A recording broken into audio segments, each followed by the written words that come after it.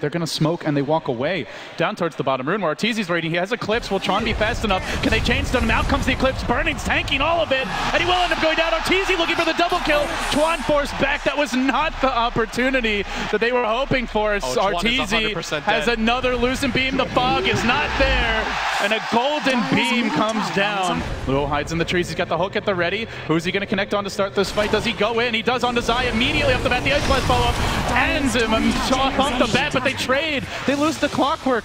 Speaking of go time, Secret are also moving. This is right before they get track, though. So even if they get kills, they won't have the bonus gold. But they may start the fight off onto Burning. He gets Hex. He won't be able to mech. The hook comes through. He gets it off. Now the turn. Ice Blast on to 3. They explode. They simply melt before the combo. Kuro's forced back. The wards got dropped. They'll be farmed up. It was the hook from Luo. It set it up. It saves Burning. So you have to start going for the safer objectives, and this is a really good one for them to go for because IG after Ice Blast is coming in. It's going to connect on 2, maybe 3. Arteezy gets bashed as well in the pit. The stuns come in. Another rocket plows into him, and the hook.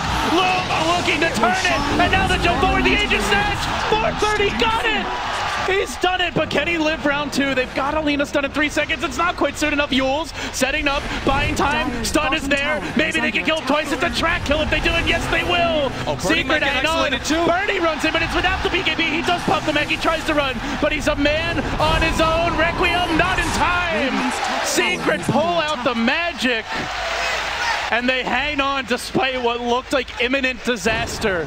The Aegis Snatch, they did get the last hit, but they kill him twice. Rounded 5 could converge. Arteezy has Eclipse, and he's going to go with it just for Twan, who fogs them and tries to turn this around. He will get cornered. That Luna just a bit too nimble in the night. And now the follow-up coming for Luo, who's completely chain stunned. 5-hero track kill. Secret erupting here. They know that Ferrari's here, and they might actually isolate him out. They have the blink. The blink is online. For this right now. It's not on Puppy, though, so he won't have it to initiate this one, unfortunately. But they are going to look for Faith. Easy takedown for S4. The track, they wait, and they get it. 3-hero Ice Blast comes out, but absolutely no follow-up. Clockwork moving into position here. We'll have the hook, but it's going to be after the Ice Blast wears off.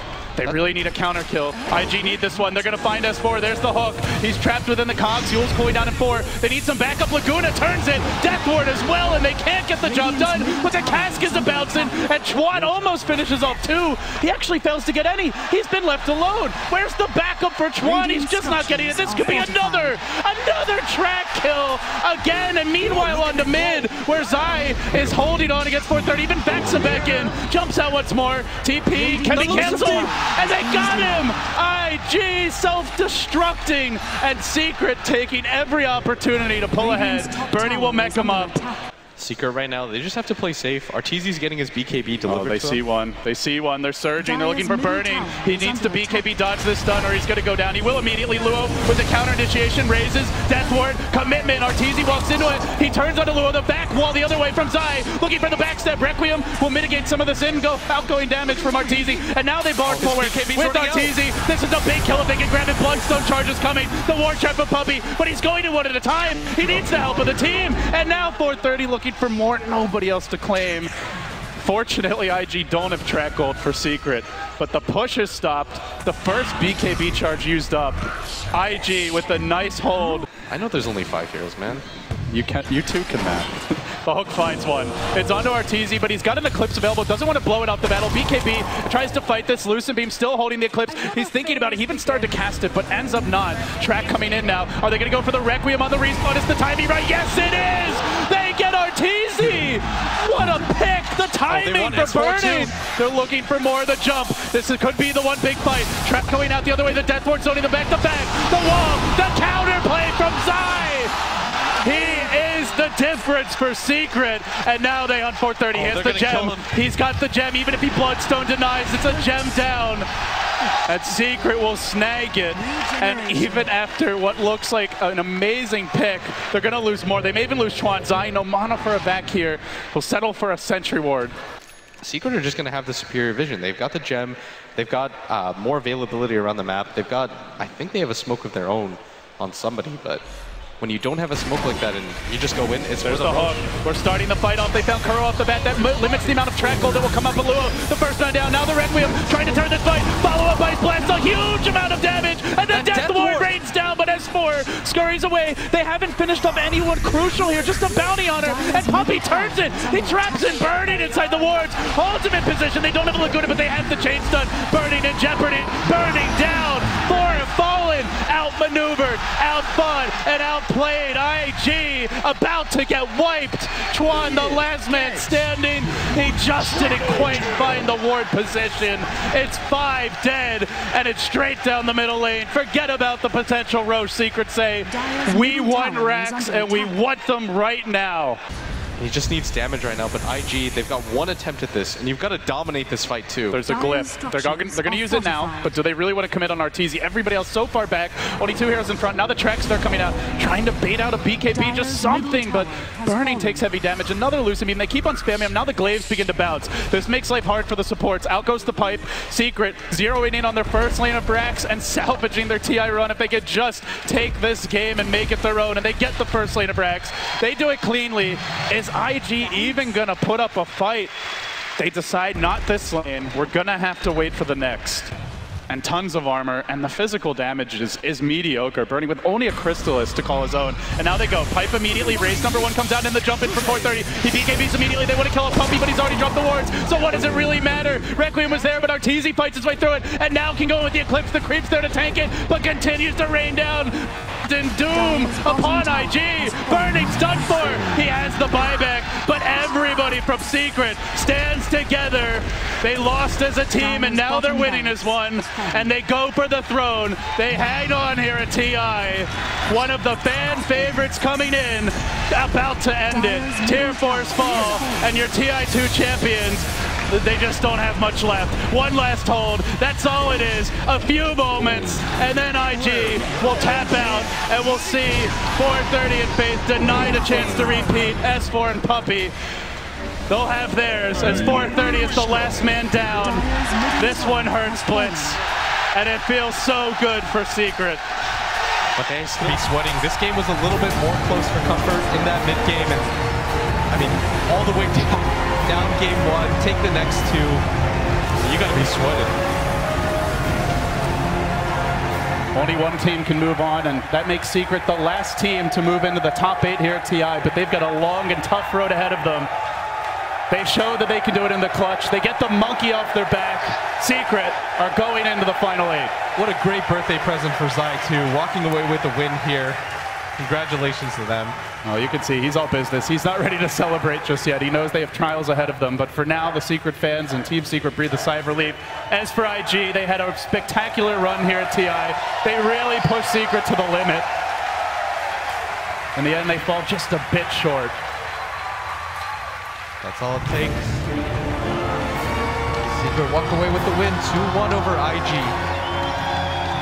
What an amazing match. We have Arteezy with us. Congratulations. Thanks. You walked in here, you looked like you had a huge weight lifted off your shoulders. How are you and the rest of the team feeling right now? I think we're all feeling pretty relieved because for me, I think the first win is always the hardest. Because, like, for example, like newbie, once you win that one game in the lower bracket, then it becomes easy. Because I feel like in the lower bracket, you learn a lot from each game, and you gain more experience about the meta, and you can shape the meta. And we kind of just like decided to pick Luna, because I saw How pick Luna randomly when he was being eliminated, so I'm like, all right, let's pick Luna. And I guess this is how it feels when you win with Luna. Well, I want to talk to you a little bit more about that because you have a lot of fans here at TI, a lot of people walking around saying Team Secret, they're the ones to beat. They're going all the way to the grand finals.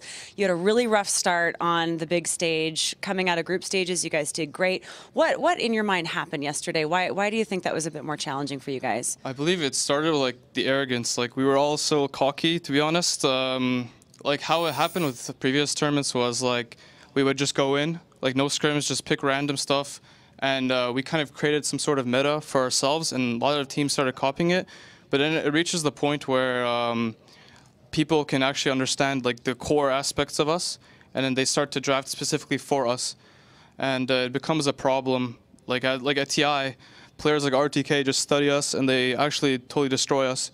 But that's what we need, I think, as a team. We need to lose so we can learn. So it really pushed you, and that probably gave you the confidence coming back today, but you still struggled out of the gate in this particular match.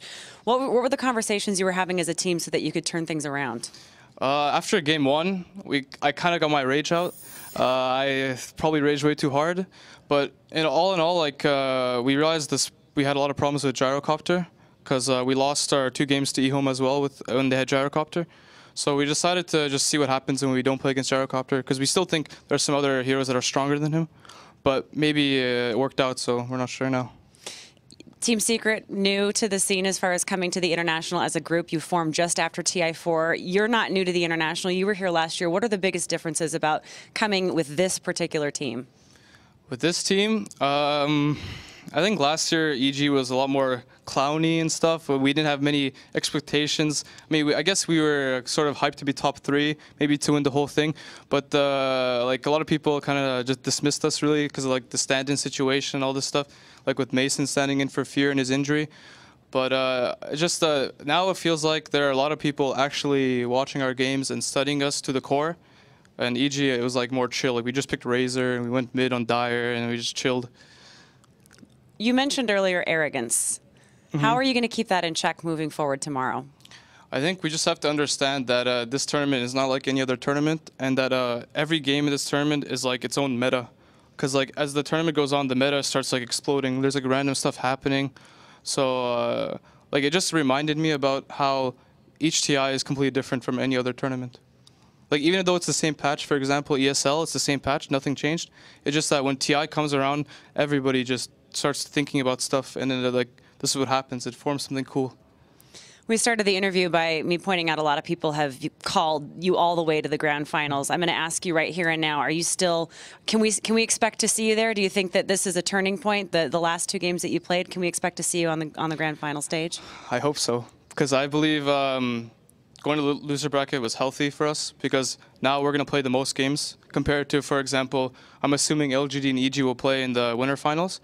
But like they played less games than us in total. Like they can watch the games that we just played, but I still think actually experiencing them and talking with your team and like playing it elimination kind of changes the team. It forms it to be like more trust and more unity. And refocuses you, I would imagine, too.